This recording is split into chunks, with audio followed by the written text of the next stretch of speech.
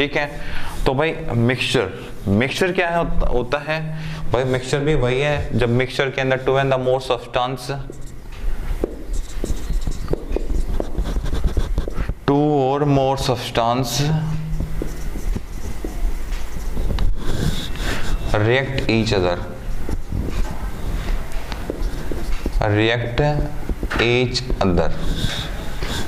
ठीक है भाई। आपके पास क्या करेंगे, 2 सब्सटेंस अपने रिएक्ट कर जाएंगे, ठीक है, एक दूसरे के साथ, ठीक है। एक स्पेशली कंडीशन थोड़ा सा लगा लेते हैं, नोट ए फिक्स्ड रेशो भाई, उनका जो रेशियो होगा ना वो फिक्स नहीं होगा, ठीक है। एग्जांपल्स के लिए हम बात कर लेते हैं, यहाँ पे बड़ी बड़ी डेफिनेशन अपनी बुक से पढ़ लेंगे। यहाँ पे जो मैं आपसे डिस्कस कर रहा हूँ सिर्फ टॉपिक को अंडरस्टैंड करने के लिए कि भाई टॉपिक को कैसे समझा जाता है, टॉपिक के बारे में कैसे डिस्कस किया जाता है। जैसे हमने बात की टी, ठीक है, जो आपकी आप रेगुलर घर में चाय बनती होगी वो चाय आपके पास का एक मिक्सचर है, ठीक है। उसके अंदर कोई भी रेशो आपका फिक्स है ही नहीं, ठीक है, कि कितने अमाउंट में क्या डाल के हम क्या बना रहे हैं। जो आप प्रिपरेशन करते हैं, वो जो आप किचन में जो आप सब्जी बनाते हैं वो आपकी क्या कहलाती है, दैट इज एक मिक्सचर होता है, ठीक है। हमें नहीं पता उसके अंदर कितना सोल्यूशन आपने, कितना सॉल्ट डाला है, कितने स्पाइसी डाले हैं, कितना आपने वहां पे आपने उसके अंदर वो ऐड किया है, कितना आपने उसके अंदर सब्जी ऐड की, क्या डाला क्या नहीं, वो जो सिस्टम आपने रेडी किया है। जैसे हमने बात की टी, अब चाय बना रहे हो, कितना आप इसमें दूध डाल रहे हो, कितना पानी डाल रहे हो, कितना इसके अंदर शुगर ऐड कर रहे हो, चीनी ऐड कर रहे हो, जो भी आप ऐड कर रहे हो, पर उसका रेशो फिक्स नहीं होता। हर बार प्रिपरेशन करोगे, हर बार उसकी क्वांटिटी क्या करते रहोगे, आप चेंज करते रहोगे। तो इस वजह से हम इसको क्या कहेंगे, क्योंकि टेस्ट जब भी चेंज होगा तब आप क्या होगा, इसके अंदर जो आप कंटेंट डाल रहे हो वो जितना डिफरेंट फॉर्म में डालेगा, ठीक है। तो वो आपके लिए क्या होगा, ये आपके लिए सबसे बड़ा एग्जांपल है मिक्सचर, ठीक है। दूसरा, जिसकी रेशो आपके पास, जिसकी रेशो भी आपकी फिक्स ना हो, जिसके आप रेशो चेंज कर दो अपने हिसाब से, ठीक है, वो सभी के सभी क्या हो जाएंगे, वो सभी के सभी आपके पास मिक्सचर हो जाएंगे। अब हम बात करते हैं डिफरेंस बिटवीन किसके बीच में, कि आपके पास कंपाउंड और मिक्सचर के बीच में क्या डिफरेंस होता है। कंपाउंड एंड मिक्सचर के बीच में जो सबसे बड़ा भाई डिफरेंस क्या होता है, हमें वो जज करना है कि भाई क्या डिफरेंस होता है, ठीक है। तो जो मैंने कंपाउंड के बारे में पहले डिस्कस किया था, दोबारा से फिर मैं डिस्कस कर रहा हूं कि जो सब्सटेंस इसके अंदर पाए जाते हैं, सब्सटेंस जो कंटेन करते हैं, कंटेनिंग इन फिक्स रेशियो, भाई इसके अंदर है ना जो भी आपको मिलेगा वो फिक्स मिलेगा। फॉर एग्जांपल के लिए बात कर लेता हूं, वाटर H2O, इसका मॉलिक्यूलर रेशियो आपको पता है फिक्स होता है 1:8। कार्बन डाइऑक्साइड CO2, इसका रेशियो भी आपको पता होगा फिक्स, वरना कैलकुलेट कर लेंगे, ठीक है। सल्फ्यूरिक एसिड H2SO4, इसका भी फिक्स होगा। ग्लूकोज, दोबारा वही एग्जांपल इसलिए डिस्कस कर रहा हूं ताकि आपको अंडरस्टैंड होने में, समझ में इजीली से, आसानी से आ जाए। वरना एग्जांपल्स और भी बहुत सारे हैं जिसके बारे में हम यूटिलाइज करते हैं। C6H12O6, यानी कि जो आपके पास फॉर्मूलाज हैं, दो सब्सटेंस मिक्सचर क्या होगा कि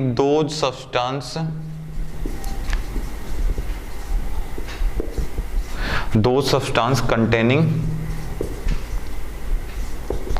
नोट ए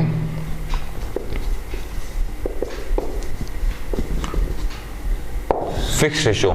यहाँ पे कोई रेशियो फिक्स होती नहीं। अब मान लो जैसे आपके पास यहाँ पे H2O है, भाई H2O के फॉर एग्जांपल मैं आपसे बात करूं, मैंने बना दिया H2O2, ये हाइड्रोजन पेरोक्साइड है, मैंने रेशियो चेंज कर दिया इसका, तो क्या आप इसको वाटर बोल सकते हो? नहीं बोल सकते। तो क्या हो गया, ये एक मिक्सचर है, यहाँ पे कोई रेशियो फिक्स आपका है नहीं, क्योंकि वाटर भाई तभी बनेगा। अब जैसे मैंने फॉर एग्जांपल अगला, भाई मैंने इसका रेशियो फिर चेंज कर दिया, मैंने बना दिया H3O पॉजिटिव, भाई क्या आप इसको वाटर बोल सकते हो? नहीं। जब भी आपसे पूछा जाएगा, चाहे आप किसी क्लास में हो, किसी स्टैंडर्ड में हो, जब भी आप कुछ भी पढ़ेंगे तो आपसे एक ही डिस्कस की पूछा जाएगा फॉर्मूला ऑफ वाटर, तो आप क्या बोलोगे? हमेशा H2O, ठीक है। ना तो H3O पॉजिटिव बोलने वाले, ना H2O2 बोलने वाले। क्यों? क्योंकि ये सभी किसका काम करें? मिक्सचर का काम करें, क्योंकि यहाँ पर रेशियो फिक्स नहीं है। जैसे ही देखो सॉल्यूशन तो बनेगा, कंपाउंड तो बनेंगे इसके अंदर, पर इसका रेशियो फिक्स नहीं होगा। जब दो चीजों को मिलाओगे तो कुछ ना कुछ आपके पास बनेगा, सॉल्यूशन तो रेडी होगा, पर वो सॉल्यूशन क्या होगा, उसका टेस्ट अलग होगा, उसका नेचर अलग होगा, पर जो आप चाह रहे हो, जो आप नेचर में, जो आपको डेली एक्टिविटीज में जो चीजें मिल रही हैं, वो नहीं हो सकती वो, ठीक है। अब जैसे आपके पास CO2 का आपको पता है फॉर्मूला क्या होता है? CO2, ठीक है। अब मैंने बना दिया यहाँ पे CO, ठीक है, ये क्या हो गया, कार्बन मोनोऑक्साइड। आप इसको एसिडिक, ये क्या होती है, एसिडिक होती है, कार्बन डाइऑक्साइड हमारे पास क्या होते हैं, बेसिक होती है। तो जो इसका जो रेशियो है ना, वो एक फिक्स रेशियो है भाई, इसी रेशियो में आपको लेना पड़ेगा, तो आपके पास वही बनेगा कार्बन डाइऑक्साइड। यदि रेशियो चेंज कर दोगे तो आपके पास सॉल्यूशन भी क्या हो जाएगा, चेंज हो जाएगा। इसलिए कहा जाता है कि जो भाई मिक्सचर होते हैं ना, उन मिक्सचर के अंदर जो रेशियो सब्सटेंस का फिक्स नहीं होता, जिसका इफेक्ट हमें देखने को मिलता है, ठीक है। तो कंपाउंड्स क्या होते हैं, हाईली स्टेबल, हाईली स्टेबल। जितने आप डेली एक्टिविटीज के प्रोडक्ट मार्केट से लेके आते हो, जिनको कमर्शियल वे पे प्रिपेयर किया जाता है, जिनको मशीन द्वारा बनाया जाता है, वो सारे के सारे क्या होता है, आपके कंपाउंड्स होते हैं। ये हाईली स्टेबल होते हैं और ये आपके पास क्या होते हैं, लेस स्टेबल। ये आपके पास कितने होंगे, सारे के सारे लेस स्टेबल होते हैं। लेस स्टेबल होने का भी रीजन सबसे बड़ा यही है, क्योंकि भाई ये पहले स्टेबल नहीं है, पहले इनका नेचर नहीं है, पहले इनकी कोई आइडेंटिटी नहीं है, तो आप नेचर में कैसे स्टेबल करा दोगे, पॉसिबिलिटीज नहीं है, ठीक है। इनका melting point and the boiling point, ठीक है, वो हाई होता है कंपेयर टू मिक्सचर। इनका हाई होगा कंपेयर टू मिक्सचर।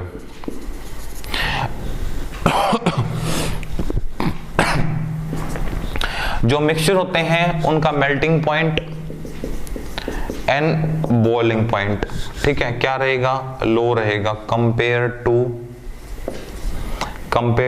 कंपाउंड। क्यों रहेगा, रहने का सबसे बड़ा रीजन ये है क्योंकि देखो पहली बात स्टेबल नहीं है, दूसरी बात लेस स्टेबल है। लेस स्टेबल होने के बाद टेम्परेचर जैसे राइज अप करोगे तो जो वैसे ही क्या करेंगे, वो स्टेट से एग्जिस्ट करा जाएंगे, वो स्टेट में आपको मिलेंगे ही नहीं। जब मिलेंगे ही नहीं तो आप काम कैसे करोगे, ठीक है, उनका नेचर वहां पे चेंज हो जाएगा।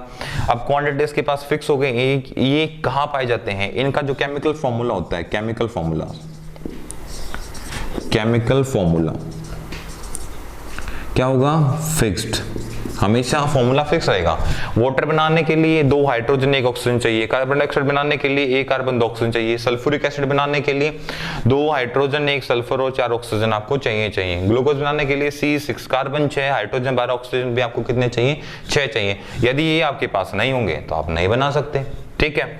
तो इसके लिए क्या होगा, इसका केमिकल फॉर्मूला क्या होता है, हमेशा फिक्स होता है। इसका chemical formula no fix chemical formula, chemical formula base का क्या नहीं होता, फिक्स नहीं होता। अच्छा, कंपाउंड्स जो आपके पास बनते हैं उनको कुछ को सेपरेट करना क्या होता, थोड़ा सा पॉसिबल नहीं होता, ठीक है। अभी हम बात करेंगे सेपरेशन जब हम सॉल्यूशन पे आएंगे कि किसको हम सेपरेट कर सकते हैं और किसको हम सेपरेट नहीं कर सकते, वो चीजें भी हम अभी डिस्कस करेंगे। तो उसका जो केमिकल फॉर्मूला होता है वो हमेशा फिक्स होता है, उसका केमिकल फॉर्मूला क्या नहीं होता है, यहाँ पे फिक्स नहीं होता है। दूसरा कि जो आपके पास कंपाउंड होते हैं उनको हम 2 तरीके से क्या कर सकते हैं, स्टडी कर सकते हैं। इनको स्टडी किया जाता है, study based on chemical and physical properties.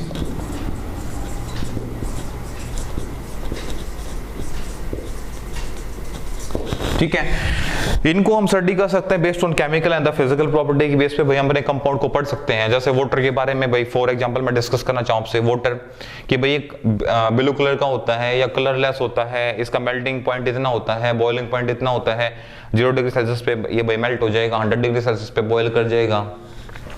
तो ये भाई लिक्विड नेचर में लिक्विड होता है। ये जो सारी बातें हम जो डिस्कस कर रहे हैं ना, वो सारी बातें डिस्कस हमने किसके अकॉर्डिंग की, इसकी फिजिकल केमिकल प्रॉपर्टीज। अभी ये जो प्रॉपर्टीज हैं इनकी प्रॉपर्टीज को डिस्कस करना क्या है, पॉसिबिलिटीज नहीं है, ठीक है।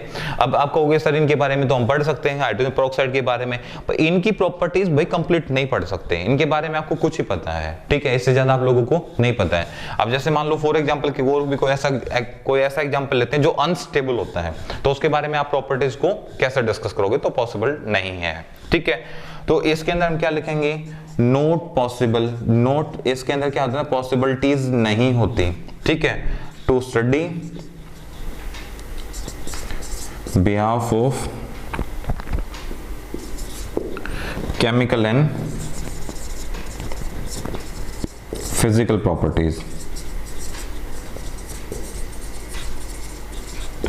इनकी केमिकल और फिजिकल प्रॉपर्टीज को पढ़ना पॉसिबल है ही नहीं, बाकी इनकी केमिकल और फिजिकल प्रॉपर्टीज को पढ़ना पॉसिबल है। और किसी भी केमिकल और फिजिकल प्रॉपर्टीज को जो हम स्टडी करते हैं तो उनके लिए उस एलिमेंट का प्रेजेंस होना, यानी कि उस एलिमेंट की प्रेजेंस पीरियोडिक टेबल में होना जरूरी होता है, ठीक है। तो जितने कंपाउंड अपना फॉर्मूला बनाते हैं, जो केमिकल फॉर्मूला फॉर्मेशन करते हैं, यानी कि कंपाउंड हर किसी का क्या होता है, केमिकल फॉर्मूलाज होते हैं। ये इनको हम स्टडी करते हैं केमिकल फॉर्मूला के बेस पे, ठीक है। ये जो मिक्सचर होता है इनका कोई केमिकल फॉर्मूला नहीं होता, ठीक है। जो आपके पास क्या होंगे, कंपाउंड्स होते हैं, ये क्या बनाते हैं, to make a chemical formula. इनका क्या होता है, no chemical formula, no chemical formulas. इनके कोई केमिकल फॉर्मूलाज भाई नहीं होते। हमारे पास क्या होते हैं, इनके केमिकल फॉर्मूलाज होते हैं जिसके बेस पे हम इनको इजीली से स्टडी कर सकते हैं, ठीक है। तो ये एक कुछ हमने डिस्कस किया कि what is the difference between the mixture and the compound और मिक्सचर के बीच में क्या डिफरेंस होता है, वो डिफरेंस के बारे में हमने क्या किया भाई, स्टडी किया है। अभी हम जो स्टार्ट करेंगे, जो हमारा नेक्स्ट टॉपिक रहेगा, वो जो टॉपिक हम डिस्कस कर रहे हैं अभी, तो डिफरेंस के बाद हम अपना टॉपिक उठाते हैं कि मिक्सचर को हम अब डिवाइड करेंगे टू फॉर्म के अंदर, ठीक है। तो ये प्रॉपर्टीज हमने डिस्कस की। दूसरी बात, हम जो मिक्सचर होता है उसको हम इजीली से सेपरेट कर सकते हैं, ठीक है। और भाई कंपाउंड्स जो होते हैं इनको सेपरेट करना थोड़ा सा यहाँ पे मुश्किल होता है, वो मैंने पहले भी डिस्कस किया था। कुछ मेथड्स यूज करके हम सेपरेट कर सकते हैं, पर जितने भी जो होमोजेनियस सॉल्यूशंस होते हैं, ठीक है, उनको सेपरेट करना मुश्किल होता है। वो हम आगे डिस्कस करेंगे अभी क्लास के अंदर, ठीक है। साथ साथ में आप बुक से पढ़ेंगे इस टॉपिक को, कार्बन एंड मिक्सचर के बारे में, कंपाउंड्स और मिक्सचर के बारे में। फिर भी यदि किसी बच्चे को डाउट रहता है तो कमेंट सेक्शन में डेफिनेटली वो बच्चा क्वेश्चन डालेगा और उसके रिप्लाई के लिए, ठीक है। जैसे जैसे नोट्स यहाँ पे कवर हो रहे हैं, नोट्स के साथ साथ अपने हैंडबुक से नोट्स बनाएंगे, अपने हैंड रिटन नोट बनाएं।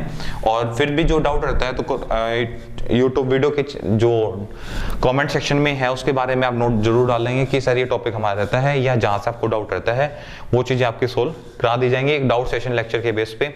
तो जितने बच्चे रेगुलर होमवर्क करेंगे, रेगुलर होमवर्क के साथ साथ जो बच्चे रेगुलर होमवर्क में अपडेट करेंगे, रेगुलर बच्चे जो कमेंट करेंगे, तो जो मैक्सिमम जो बच्चों के डाउट ले जाएंगे उसके हिसाब से एक डाउट लेक्चर आप लोगों को प्रोवाइड करा दिया जाएगा। और यदि आप लोग कमेंट सेक्शन में हमें नहीं बताओगे तो हमें पता नहीं चलेगा आपको कितना समझ में आ रहा है, कितना समझ में नहीं आ रहा। तो ध्यान रखें इस बात के बारे में कि मैक्सिमम बच्चे चैप्टर को स्टडी करें, फिर बुक से इसको क्रॉस स्टडी करें। उसके बाद जो आपके डाउट रहते हैं उन डाउट को कमेंट सेक्शन में आप बताएं, उनके बेस पे आप लोगों को एक डाउट सेशन लेक्चर आराम से मिल जाएगा आपके डाउट्स को कंप्लीट करने के लिए। ये बच्चा कोई ध्यान ना रखे कि भाई हमें क्लास के अकॉर्डिंग, मतलब क्लास में नहीं पढ़ाया जा रहा तो हमारे डाउट्स क्लियर नहीं होंगे। तो डाउट्स आपके डाउट लेक्चर के बेस पे आप लोगों के डाउट ले जाएंगे। तो मैक्सिमम बच्चे डाउट के, जो जिन बच्चों को जो चैप्टर में डाउट आ रहा है वो मैक्सिमम को क्या करेंगे, कमेंट सेक्शन में बताएंगे, उसके अकॉर्डिंग हम चैप्टर को कंप्लीट करेंगे। तो अभी हम जो स्टार्ट कर रहे हैं वो हम स्टार्ट कर रहे हैं मिक्सचर के बारे में कि भाई मिक्सचर क्या होता है, ठीक है। मिक्सचर के बारे में आपने ऑलरेडी डिस्कस कर लिया। तो मिक्सचर को हम क्लासिफाई करेंगे दो तरीके से। एक तो होता है आपका होमोजेनियस मिक्सचर, होमोजेनियस मिक्सचर, और दूसरा आपके पास क्या होता है, हाइड्रोजेनियस मिक्सचर, ठीक है। कि what is the homogeneous mixture and what are the hydrogenous mixture. सीधा सीधा क्वेश्चन हमारे पास बनता है। तो सबसे पहले डिस्कस कर लेते हैं हम होमोजेनियस मिक्सचर के बारे में, फिर डिस्कस कर लेंगे हम हाइड्रोजेनियस मिक्सचर के बारे में, ठीक है। तो होमोजेनियस मिक्सचर क्या होते हैं भाई, होमोजेनियस मिक्सचर्स कैसे होते हैं, ऑल सॉल्यूशन, जितने भी सॉल्यूशंस आप बनाते हो, ठीक है, होमोजेनियस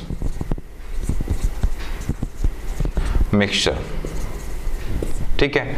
ये होमोजेनियस मिक्सचर क्या होते हैं, ये होमोजेनियस मिक्सचर भाई all the solutions, all colloidal solution, all colloidal solution are homogeneous mixture, ठीक है। जितने भी सॉल्यूशंस आपके कोलाइडल सॉल्यूशन होते हैं सभी के सभी क्या होते हैं, एक होमोजेनियस मिक्सचर होते हैं, ठीक है। दूसरी बात, इनको सेपरेट करना पॉसिबल नहीं होता, ठीक है, not possible to separate in the solution. इनको सॉल्यूशन से सेपरेट करना पॉसिबल होता है नहीं। क्यों? क्योंकि जब आप इनको आप किसी जब ये सॉल्यूशन में ऐड होते हैं तो ये अपनी आइडेंटिटीज को लॉस कर देते हैं। सबसे बड़ी बात है ये, ठीक है। जब आप हम बता देता हूं मैं, इफ जब आपके पास सोल्यूट एंड सॉल्वेंट रिएक्ट करते हैं किसी भी रिएक्शन के अंदर, सोल्यूट और सॉल्वेंट जब रिएक्ट करते हैं, देन सॉल्वेंट लॉस आइडेंटिटीज, अपनी आइडेंटिटीज को ये क्या कर देते हैं, लॉस कर देते हैं। जैसे फॉर एग्जांपल करते हैं, आपने एक बिकर लिया, बिकर में आपने क्या किया, वाटर ऐड किया, पानी। इस पानी में आपने क्या कर दिया, ग्लूकोज यानी कि शुगर ऐड कर दिया। कुछ टाइम बाद देखेंगे इस पानी के अंदर क्या हो गया, ये जो शुगर था ये यहां से क्या हो जाएगा, आप लोगों के पास इसमें ऐड हो जाएगा शुगर, यानी कि क्या होगा भाई, वाटर में आपने क्या किया, शुगर को ऐड किया, ठीक है। तो इसमें जो शुगर होगा वो क्या हो जाएगा, यहां से अपने आइडेंटिटीज को लूज कर देगा। आपको पानी के अंदर टेस्ट करने से पता चलेगा कि इसके अंदर शुगर ऐड है, पर देखने से आपको पता ही नहीं चलेगा कि इसके अंदर शुगर ऐड, क्योंकि वो शुगर इसके अंदर क्या हो चुकी होगी, डिसॉल्व हो चुकी होगी, मतलब ऐड हो चुकी होगी, ठीक है। अब भाई इस शुगर को इससे आप सेपरेट करना आपके लिए क्या होगा, थोड़ा सा प्रॉब्लम होगा, कि आपसे पॉसिबिलिटी नहीं है, क्योंकि इसने अपने आइडेंटिटीज को यहाँ पे क्या कर दिया है, लॉस कर दिया है। तो इसलिए मैंने बोला कि ऑल कोलाइडल सॉल्यूशंस जो होते हैं वो होमोजेनियस होते हैं। तो ये होमोजेनियस की सबसे बड़ी प्रॉपर्टीज होती है कि होमोजेनियस, एक तो पहली बात तो ये होमोजेनियस होते हैं, दूसरा क्या करते हैं, इफ जो कोई सॉल्यूशन आपके पास होता है वो सॉल्यूशन, इफ सॉल्यूट आपके पास, if solute and the solvent जब रिएक्ट करते हैं एक केमिकल रिएक्शन के अंदर, तो सॉल्वेंट उसमें क्या करता है, लॉस द आइडेंटिटीज। ये सबसे बड़ी बात है, जब रिएक्ट करते हैं, ठीक है, a solute and the solvent, then the solvent loose identities, ठीक है, इन केमिकल रिएक्शन।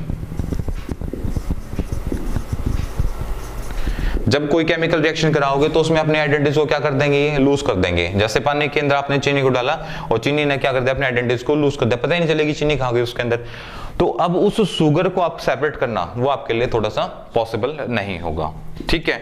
तो इसकी वजह से हम इसको सेपरेट नहीं कर सकते। हमने पता किया जो कोलाइडल सॉल्यूशन ऐसे होते हैं। दूसरा कि भाई ये नेचर में क्या होते हैं, सॉफ्ट होते हैं, ठीक है। नेचर में होमोजेनियस जो मिक्सचर होगा वो आपके पास कैसा होगा, सॉफ्ट। और ये जो रिएक्शन होते हैं वो हाईली सॉल्युबल होते हैं, मतलब ये क्या कहते हैं, सॉफ्ट होते हैं एंड हाईली सॉल्युबल। ये एक हाईली सॉल्युबल होते हैं, बहुत जल्दी से उस रिएक्शन के अंदर अपने मतलब अपने आप को जोड़ देते हैं, ऐड कर लेते हैं और अपने आइडेंटिटीज को लूज कर देते हैं, यानी कि देखने से आप लोगों को पता नहीं चलेगा। फिजिकल यानी कि जो चेंज आता है इसके अंदर कोई चेंज नहीं आता, आप उसको सेपरेट करना आपके लिए पॉसिबल नहीं है, ठीक है। फिर हम बात करते हैं साथ साथ में हाइड्रोजीनियस की। भाई हाइड्रोजीनियस क्या होते हैं, हाइड्रोजीनियस मिक्सचर, हाइड्रोजीनियस मिक्सचर, ठीक है। इसके अंदर क्या करते हैं कि भाई इसके अंदर हमारे पास जो रिएक्शन होती है, मतलब कि इसके अंदर क्या हम क्या बोलते हैं कि मतलब कि इसके पास एक केमिकल रिएक्शन जो होती है, solute plus solvent, solute and solvent react in nature या in a chemical reaction, in a chemical reaction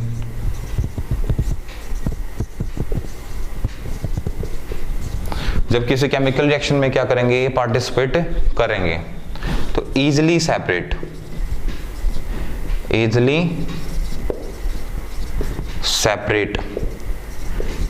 by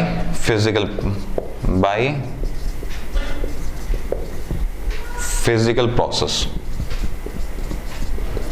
physical processes को सेपरेट करना पॉसिबल है, ठीक है। फॉर एग्जांपल्स के लिए मैं आपसे बात करूं, एक बिकर लिया, बिकर में आपने क्या किया, शुगर ऐड कर दिया, और शुगर में आपने क्या ऐड कर दिया, शुगर में आपने ऐड कर दिया डस्ट, मिट्टी,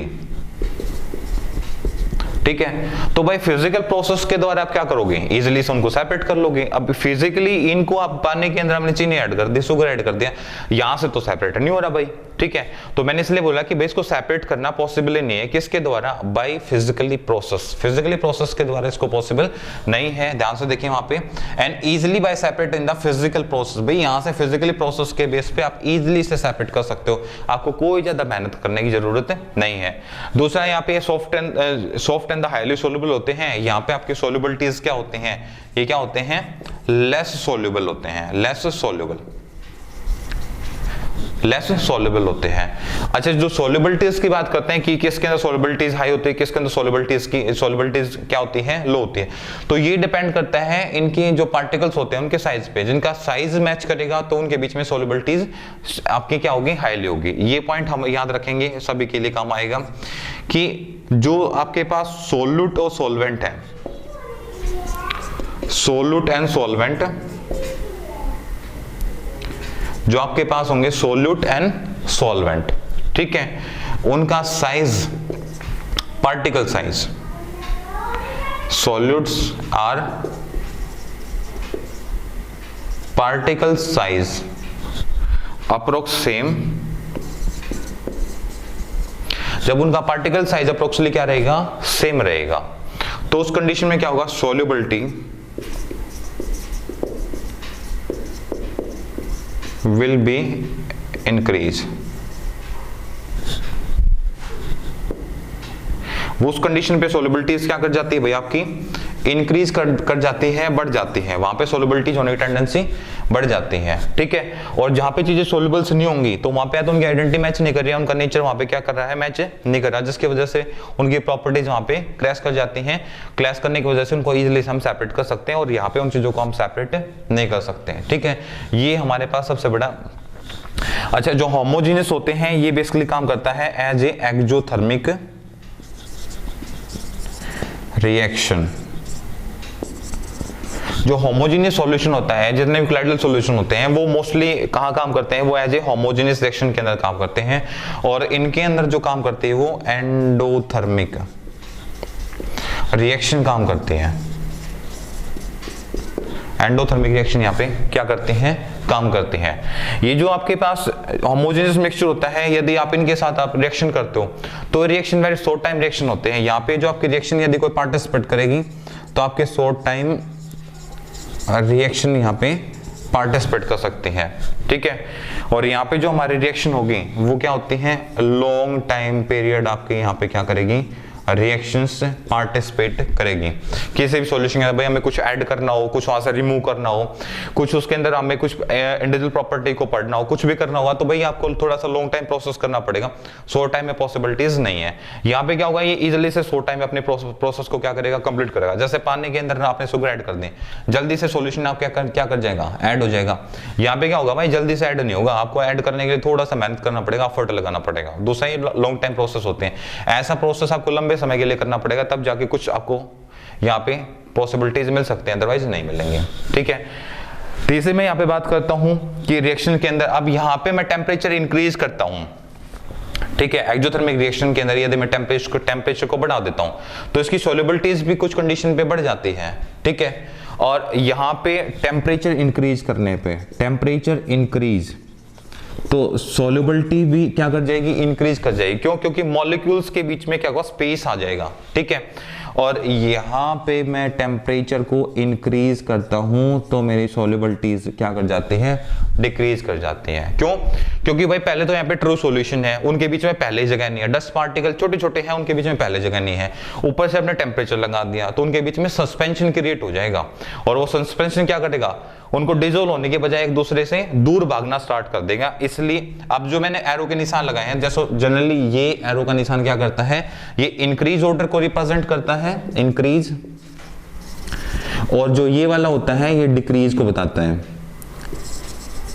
और जो इनका आप जो यूज करते हो, use in a chemical reaction, तो जो इनका जो यूज किया जाता है वो हम यूज करते हैं इन्हें केमिकल रिएक्शन के अंदर जो हम यूज करते हैं, ठीक है। So thank you for class. फिर भी यदि किसी बच्चों को डाउट रहता है तो हम उससे डिस्कस करेंगे। मैं दोबारा से फिर आपको रिमाइंडर डलवा रहा हूं कि जो चैप्टर के जितने टॉपिक हो चुके हैं उन टॉपिक को आप यहां से स्टडी करने के बाद आप अपने हेल्प बुक से स्टडी करेंगे, जो भी आपके पास है जिसमें आप कंफर्टेबल फील करते हैं वहां से। फिर भी किसी बच्चे को डाउट रहता है तो वो आप मुझसे डिस्कस करेंगे, आप कमेंट सेक्शन में देंगे और मैं आप लोगों को एक डाउट लेक्चर प्रोवाइड करूंगा, जिसमें जिस बच्चे को जो डाउट होंगे वो डाउट आप लोगों के यहाँ पे कंप्लीट हो जाएंगे।